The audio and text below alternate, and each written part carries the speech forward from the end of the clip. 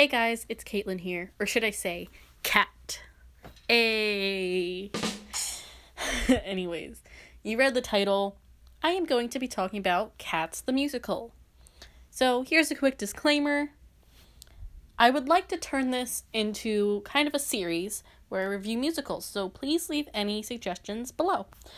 Also, if you don't mind supporting the channel, please consider subscribing and dropping a like, and leave a comment telling me what you think. I promise I read them all, unless there's like 20,000, which there hasn't been up to this point, so you should be fine. Anyways, let's get on with the video. I'm sure we've all heard of the 2019 monstrosity of Cats, the CGI nightmare. I'm not going to be watching that movie today. I do not have the patience, and I do not want nightmares for the next 20 years. Instead, all the clips you are seeing, with the exception of the one that I just showed, will be from the 1998 Pro Shop production of Cats on Broadway. If you want to see a really good video comparing this version to the 2019 version, I will link a video by Sideways in the description and pinned comment.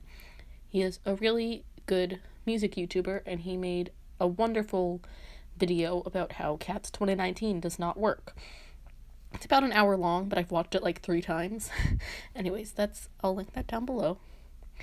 Anyways, what exactly is Cats the Musical? Opening on the West End in 1981, this musical is written by none other than Andrew Lloyd Webber, who also wrote Phantom of the Opera, Evita, School of Rock, Joseph and the Amazing Technicolor Dreamcoat, Sunset Boulevard, Jesus Christ Superstar, Tell Me on a Sunday, and dozens of other smash hits. So yeah, a couple people may have heard of him. He based Cats the Musical off of T.S. Eliot's Old Possum's Book of Practical Cats, a poetry book released in 1939. Cats is best known for its dancing, which I have to admit is very impressive, and I could never do any of these moves, especially the Mungo Jerry and Rumpelteacher's double cartwheel.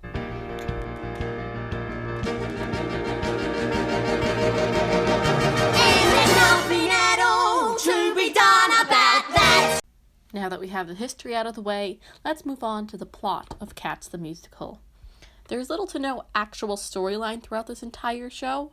Basically, the premise is there's the tribe of cats, the Jellicles, who have a Jellicle ball every year to decide who goes to the Heaviside Layer, aka who dies.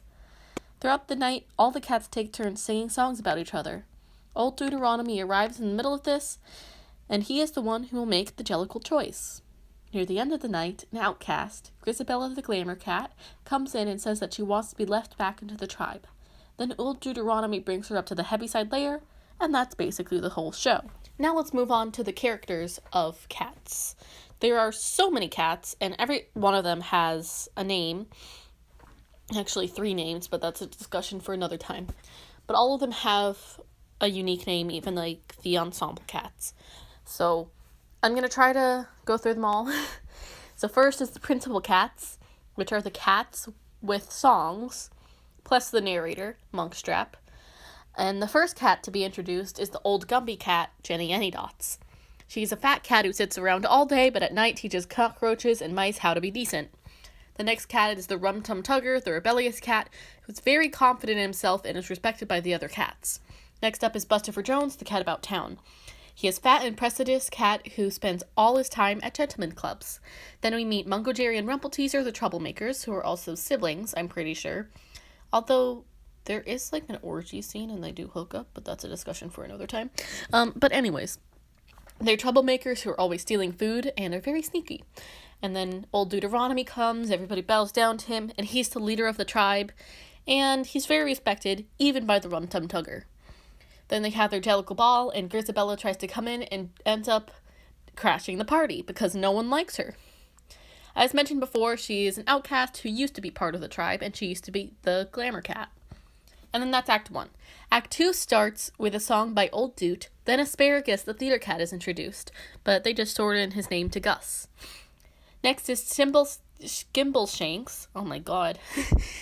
Next is Skimbleshanks, who has the best number in the show in my opinion, and he's the railway cat.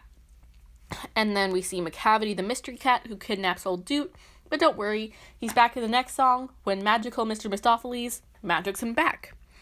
Then it's Grisabella's little part, and that's about it. And then there's the ensemble cats. Here we go. There's a lot of them, and not all of them are in every single production. But I'm going to just list them all. Here we go. Plato, Alonso, Silipa, Bill Bailey, Bomb Ballerina, Carbuckety, Demeter, Ametus, Electra, Tumble Brutus, etc., George, Jelly Lorum, Cassandra, which, by the way, never looks like her costume is complete for some reason, but I think that's just me. And then there's Jemima, Cora, Pat, I don't know how to pronounce that one, Pouncival, Tentomil, Victor, Peter, and finally Victoria, the white cat, who is actually very important to the story. If you didn't know, the cats touch each other to show that they are part of the tribe. And Victoria is the first cat to touch her. So, little fun fact. And yeah, those are all the characters, and there's a lot of them. Sorry if I butchered any of the names, but, like, there's a lot, and I don't feel like learning the pronunciations of all of them. Anyways, on to the next section. Okay, so basically I made a rubric.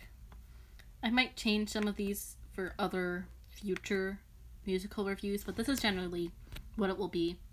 Music, plot, choreography, characters, and general entertainment quality. And there's 20 possible points. Music, amazing, good, not for me, but I can appreciate it, or ew. Plot, amazing pacing and storyline, falling short in a pacing or storyline, bad storyline and pacing, and Choreography, amazing, good, okay, what? Characters, great character development, or depth. A few characters are in depth, but a lot are one-dimensional. Okay characters, and no. General entertainment quality, could watch 1,000 times. Always come back to it and entertain me for a bit, then kinda meh, and then yawn. So those are gonna be, like, our general things. So, I'm gonna start. So the music. I like some of the music. The only song, I honestly get chills sometimes from this music. But that's just because of the vocals. It's not like the music itself. But when I listen to Elaine Page sing Memory, you gotta love it. But, if it wasn't Elaine Page, would I still like the music? Oops, my finger's in the way. If it wasn't Elaine Page, would I still like the music? I don't think so. If it wasn't Broadway, would I listen to it? Would I be entertained? No, I don't think so. I think the Skimbleshanks number is really good. And also McCavity has some really good points. But that's about it. And I don't like the lyrics in Jellicle songs for Jellicle Cats, at all. So I'm gonna put not for me, but I can appreciate. So 2 out of 4. It's not that bad. So I'm gonna... Whoops. That's not what I meant to do. But I'll just go with it. Plot. You know that there's no plot to Cats. But there is. I believe there really is a plot to Cats. I don't really know what to put here. I shouldn't have put this category, should I? It's not that fair. Why do I keep getting my finger in the way? I think I'm gonna give it a 3. Because it's like if something was told from the villain side. Which is a very interesting take, but that's what Sideways said, so I'm just gonna go with it. And honestly, I agree. But there is a plot. It's just very slow. So I'm gonna put falling short in pacing or storyline, because it doesn't really get good until the very end. It don't go anywhere until 2 hours in. We're all ready to go home already. But anyways, choreography, you know what I'm gonna put. I'm gonna give them a 4. They're awesome.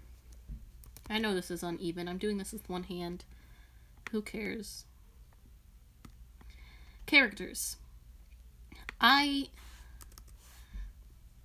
Okay. I keep getting my finger in the way. There's no depth to any of the characters, with the exception of maybe Grisabella, but even so, she just kind of shows up, and we know she's an outcast, but why is she an outcast? What's her backstory? There's no characters. I mean, obviously they're distinguishable, but they don't have depth. They're very one-dimensional. So I'm gonna put no. Yeah, I'm gonna put no.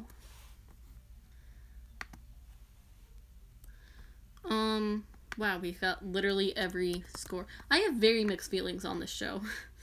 I hate it, but at the same time, I keep coming back to it. Well, that's not true, but I don't like this show, if you couldn't tell. But I can appreciate the dancing. I think that's about it. Anyways, general entertainment quality. Could watch 1,000 times, always come back to it, and entertainment for a bit, then kind of meh, and then yawn. You can't even see that, can you? It says yawn. So, it's boring. I didn't want to say it. Like, by themselves, the songs, like, if you just watched one song, you could be entertained for, like, a couple minutes. But I feel like it goes on way too long, especially the ending piece, like the addressing of cats. That goes on for way too long. And just, I was bored, honestly. I can appreciate some points of it, but I was bored. So I'm sorry. Don't come after me, cat stands.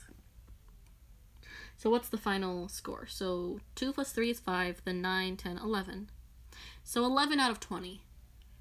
That's not the worst in the world, honestly. An 11 out of a 20? It's not as bad as I would think. That's about like a 5.5 out of 10. See, there's points where it is like a genuinely good show. Like the dancing, amazing. Some of the songs, Skimbleshanks, amazing. But there's a lot of places where it just falls flat for me. So yeah, that's my final verdict. And I hope you enjoyed the video. So yeah, that was my video essay. If you have any more suggestions for what I should do in the future, please leave them down below. And I'll see you guys soon.